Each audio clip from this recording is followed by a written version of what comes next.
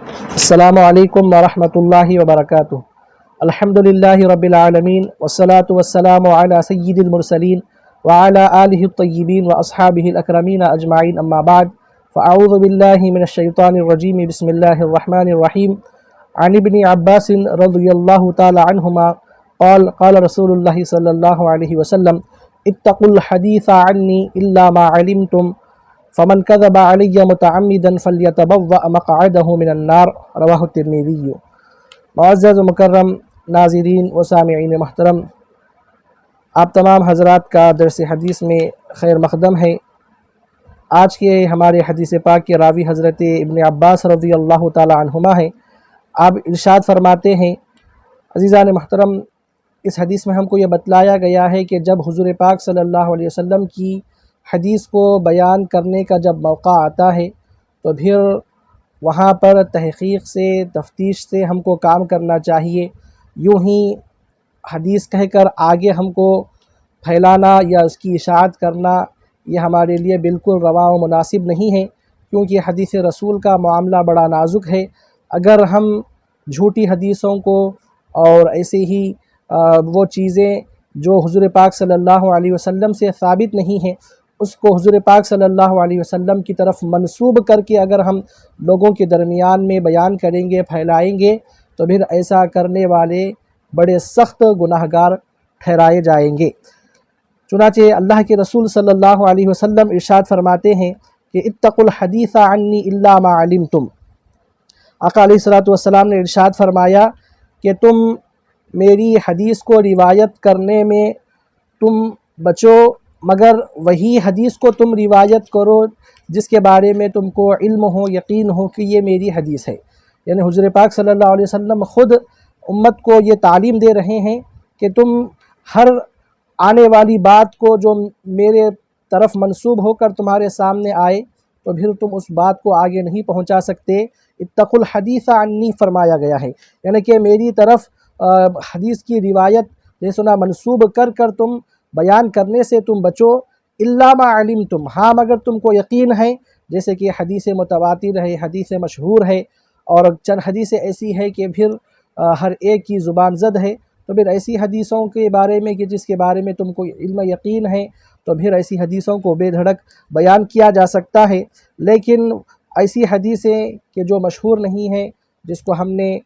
پہلی مرتبہ سنا ہے یا بہت کم ہم نے سنا ہے، تو پھر ایسے حدیثوں کو بغیر تحقیق و تفتیش کے بیان کرنے سے گریز کرنا چاہیے، کیونکہ عزیزان محترم کتنی سخت وعید ہے۔ سماعت فرمائے کہ فمن کذب علی متعمدا فلیتبوأ مقعدہ من النار، کہ جو کوئی بھی شخص جان بوجھ کر مجھ پر جھوٹ باندھتا ہے تو پھر اس کا ٹھکانہ جہنم میں ہوگا، اس کا ٹھکانہ دوزخ ہوگا۔ تو عزیزان محترم، اس حدیث پاک میں بڑی سخت وعید اور تحدید ہے، اور بتلایا گیا ہے کہ یہاں پر ایسے لوگوں کے لیے جو حضور پاک صلی اللہ علیہ وسلم کی طرف جان بوجھ کر حدیثوں کو گھڑتے ہیں، منسوب کرتے ہیں، تو پھر ایسے لوگوں کے لیے بڑی سخت وعید اس میں آئی ہے۔ تو اسی لیے عزیزان محترم، حدیثیں جب بھی آتی ہیں ہمارے سامنے، سوشل میڈیا کا زمانہ ہے، کاپی پیسٹ کر کر سنا بڑی آسانی سے لوگ پھیلانے کو دین کی اشاعت کا کام سمجھتے ہیں، لیکن ان کو یاد رکھنا چاہیے کہ حدیث رسول کا معاملہ عام باتوں کی طرح نہیں ہے، قرآن مجید کی آیات کا معاملہ عام باتوں کی طرح نہیں ہے، بلکہ ان کو پھیلانے میں، ان کی اشاعت میں جن لوگوں کا وہ کام ہے، جیسے کہ علماء ہیں، مشائخین اعظام ہیں، کہ جن کے پاس اللہ نے قرآن اور حدیث کا علم رکھا ہے، جو علم حاصل کیے ہیں، پھر ایسے ہی لوگ اس کو بیان کرنے کے اہل ہے، کیونکہ عوام الناس میں اگر یہ کام کرنے کی اگر رجحان اگر بڑھتا ہے تو پھر تحقیق کیا چیز ہے ان کو اس کا پتہ بھی نہیں ہوتا۔ تو اسی لیے سوشل میڈیا کا زمانہ ہے تو خاص طور پر اس میں احتیاط کرنا چاہیے۔ ہوتا کیا ہے، بات اچھی نظر آئی، حدیث کا ٹائٹل سنا نظر آ گیا اوپر، پھر بے دھڑک سنا اس کو آگے پھیلا دیا جاتا ہے۔ پھر بعد میں جب ایک لوگوں میں مشہور ہونے کے بعد معلوم ایسا ہوتا ہے کہ وہ باتیں قرآن اور حدیث کے مفاہیم سے احکام سے ٹکرا رہی ہے، پھر تحقیق کی جاتی ہے تو پھر وہ حدیث کبھی انتہائی درجے کی ضعیف نکلتی ہے یا پھر وہ حدیث موضوع نکلتی ہے۔ تو اسی لیے عزیزان محترم بعض محدثین نے ضعیف حدیثوں کو بھی بیان کرنے سے اپنے آپ کو روک لیا تاکہ یہ اندیشہ ہی پیدا نہ ہو، اور بعض محدثین نے جیسے کہ امام بخاری اور مسلم نے ضعیف حدیثوں کو چند مقامات پر بیان کیا ہے، لیکن انہوں نے بیان ضعف کو اپنے اوپر لازم کر لیا، یعنی کہ انہوں نے ساتھ میں یہ بھی بیان کیا کہ یہ حدیث ضعیف ہے۔ تو الغرض عزیزان محترم حدیث کا معاملہ ہے، بڑی احتیاط سے ہم کو کام کرنا چاہیے۔ اور حدیث پاک میں جو بتلایا گیا ہے متعمدن کا لفظ یعنی کہ جان بوجھ کر، ہاں اگر کسی شخص کو معلوم نہیں تھا تو پھر ایسی صورت میں جو ہے سنا اس کی پکڑ تو اتنی سخت نہیں ہے، لیکن وہ شخص بھی جو ہے سنا مجرم ٹھہرایا جائے گا، کیونکہ اس نے حدیث رسول کے معاملے میں تحقیق اور تفتیش سے اس نے کام نہیں لیا۔ آئیے آگے کی حدیث شریف کی طرف ہم بڑھتے ہیں۔ وعن ابن عباس قال قال رسول اللہ صلی اللہ علیہ وسلم من قال فی القرآن برأیہ فلیتبوأ مقعدہ من النار وفی روایت من قال فی القرآن بغیر علم فلیتبوأ مقعدہ من النار رواہ الترمذی۔ حضرت ابن عباس رضی اللہ تعالی عنہما اسی حدیث پاک کے راوی ہے، آپ ارشاد فرماتے ہیں کہ جو کوئی بھی شخص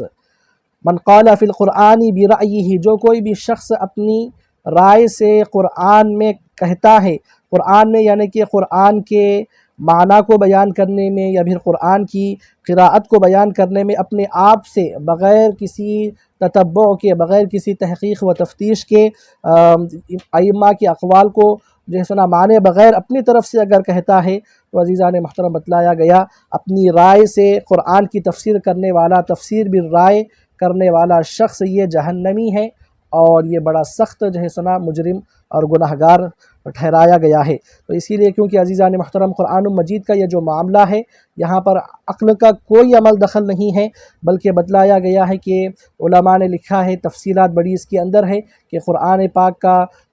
یعنی کہ اس کی تفسیر کرنے کے لیے کسی نے 15 لکھا ہے، کسی نے 20 لکھا ہے، الغرض مختلف تعداد یہاں پر موجود ہے کہ اتنے علوم میں مہارت ہونے کے بعد قرآن مجید کی تفسیر کی اجازت ہے۔ پھر وہ بھی قرآن مجید کی تفسیر کی اجازت یوں ہی ایسے ہی عمومی طور پر نہیں ہے، بلکہ بتلایا گیا ہے کہ اس میں ائمہ کے اقوال ہونا چاہیے، اور قرآن مجید کی بعض چیزیں ایسی ہے کہ جو نقل پر ہی موقوف ہے، جیسے کہ ناسخ اور منسوخ کا علم ہے، قرآن مجید کے قصص ہے، احکام ہیں،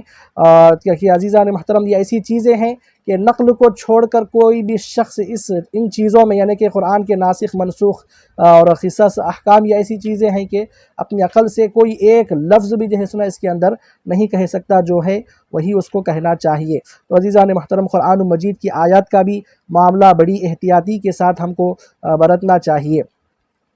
اور یہاں پر دو باتیں ہیں، ایک ہے تفسیر بالرائے کرنا، تو عزیزان محترم بتلایا گیا ہے کہ تفسیر بالرائے کرنا یہ جو ہے سنا حرام ہے، چاہے وہ عالم ہی کیوں نہ ہو، اس کو تفسیر بالرائے کرنے کی بالکل اجازت نہیں ہے۔ اب رہی باتیں قرآن مجید کی آیات میں تعویلات کر کے علمی نکات کو بیان کرنا، تو پھر یہ ایک عالم کے لیے جائز ہے کہ وہ اعتراضات کے جوابات قرآن مجید کی نئے اعتراضات کے جو جوابات تلاش کرتا ہے، تو پھر وہ تعویل کر کے جو ہے سنا اپنے علم کی روشنی میں جو کہ قرآن اور حدیث کے مفاہیم سے نہ ٹکرائے اور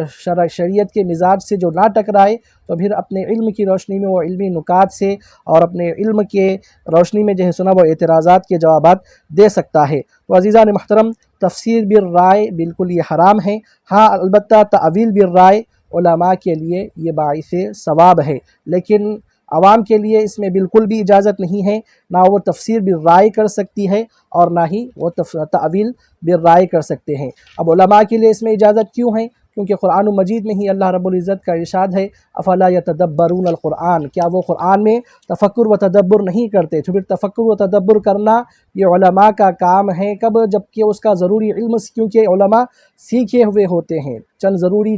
جیسے نا قواعد سے، علوم سے وہ واقف ہوتے ہیں، تو پھر ان لوگوں کا قرآن میں تفکر و تدبر کرنا بھی یہ قرب الہی کا ذریعہ ہوتا ہے، یہ جیسے نا ہدایت کو حاصل کرنے کا ذریعہ ہوتا ہے۔ لیکن ایسے ہی اگر ہر کسی کو اجازت دے دی جائے تو پھر یہاں پر جو ہے سنا ہدایت کے بجائے گمراہی کا جو ہے سنا وہ شکار ہو جائے گا۔ تو اسی لیے عزیزان محترم بتلایا گیا ہے کہ جو کوئی بھی شخص قرآن مجید میں اپنی رائے سے کہتا ہے تو پھر وہ فَلْيَتَبَوَّأْ مَقْعَدَهُ مِنَ النَّارِ، تو پھر اس کا ٹھکانہ وہ جہنم ہے۔ اور ایک روایت میں ہے من قال فی القرآن بغیر علم فلیتبوأ مقعدہ من النار، یعنی کہ بغیر علم کا یہاں پر اضافہ ہے، دونوں کا مفہوم ایک ہی ہے۔ تو بتلایا گیا ہے کہ جو کوئی بھی شخص بغیر علم کے اپنی